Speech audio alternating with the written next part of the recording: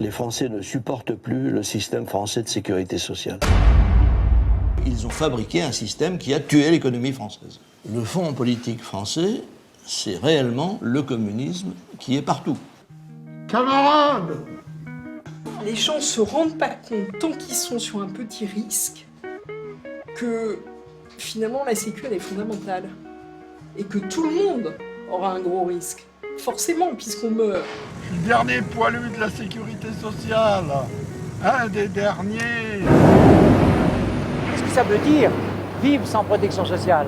Ça veut dire que lorsqu'on est malade, on ne travaille pas, donc on n'a pas de salaire. Et on fait comment pour vivre? Dans notre projet, nous avons uni toutes les classes de la société. Celui-ci prévoit la remise complète entre les mains des assurés eux-mêmes de la gestion des organismes de sécurité sociale. Ce qui se joue en 1946, c'est la démonstration de la capacité de pouvoir du mouvement ouvrier. Bonjour la jeunesse! On était des travailleurs, donc la sécurité sociale c'était pour nous. Alors on savait ce qu'on voulait, pour notre bien-être. Ça, on le savait, ça. Tout à coup, les corps se sont relevés. Tout à coup, on avait le droit de vivre. Parce que la sécurité sociale, ça n'est rien que le droit de vivre. Donc ce que je vais vous expliquer, c'est une histoire de la France.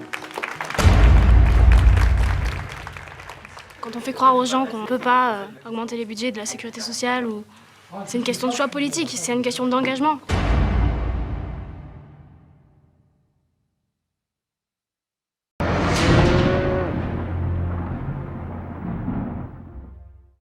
Abattre un homme en plein jour, en pleine ville, à visage découvert, à bout portant, c'est une image qu'on ne peut pas effacer.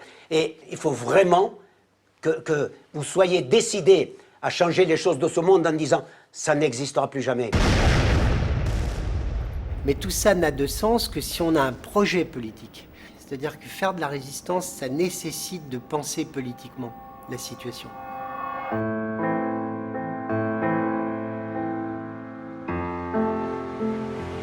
Encore aujourd'hui, je me réfère souvent au programme du Conseil national de la résistance. Ce programme, rédigé dans la clandestinité, structure encore l'État social tel que nous le connaissons. Nous lui devons les retraites par répartition, la nationalisation de l'énergie, la sécurité sociale, les comités d'entreprise, la liberté de la presse, etc. Malheureusement, cette belle histoire n'a pas été racontée. Et c'est plus que jamais le moment de la raconter.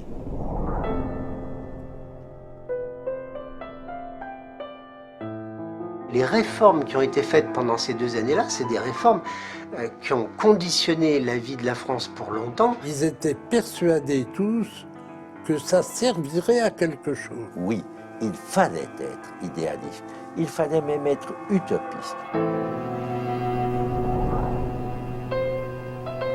Ce rêve nous vient, pourquoi ne pas le dire, du Conseil national de la résistance. Du Conseil national de la résistance. Du Conseil national de la résistance. C'est quoi le sujet maintenant? Alors on y va. Le Conseil national de la résistance, alors, qu'est-ce que ça vous inspire? Mais qu'est-ce qu'on fait alors? Bonjour. Un homme disait, Maxime Gorky, ça sonne fier. Soyons fiers d'être des hommes. Et pour nous, la résistance passée et la résistance future, il y a une logique de continuité.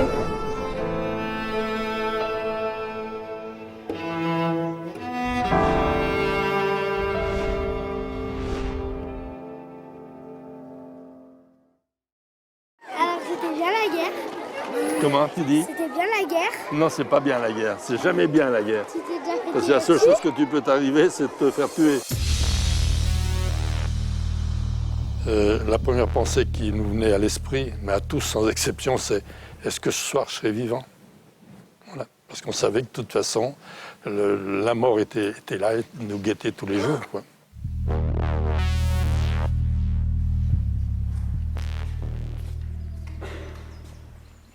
Tu peux pas extraire ça de ton cerveau, hein, ça n'existe pas, quoi. Voilà.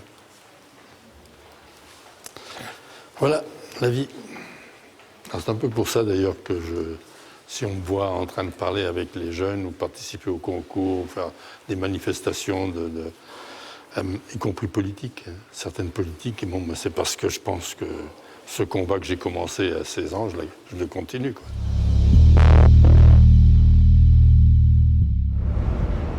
Moi, je connais certaines personnes jeunes et puis qui ont évolué avec le temps. Ils ont clairement changé d'avis politique.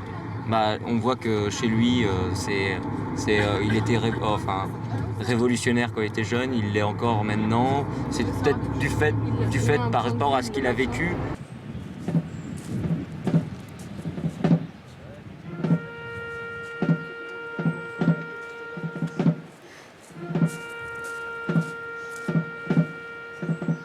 Quand on sait qu'il a un programme politique qu'il va mettre en œuvre et qui tourne complètement le dos au programme du Conseil national de la résistance, ça c'est vraiment scandaleux, quoi, pour moi. C'est pas possible. Non, je ne comprends pas ce que vous dites, parce que je vous mets au défi de me citer dans l'instant un pays qui ait la même protection sociale que la nôtre aujourd'hui. Je vous demande de m'en citer un. Il risque de se faire taper sur les doigts. Une vingtaine de préfets sont convoqués cet après-midi à Paris par le ministre de l'Immigration. Brice Hortefeux leur reproche de ne pas expulser suffisamment de sans-papiers. Je crois que le motif de base de la résistance, c'est l'indignation.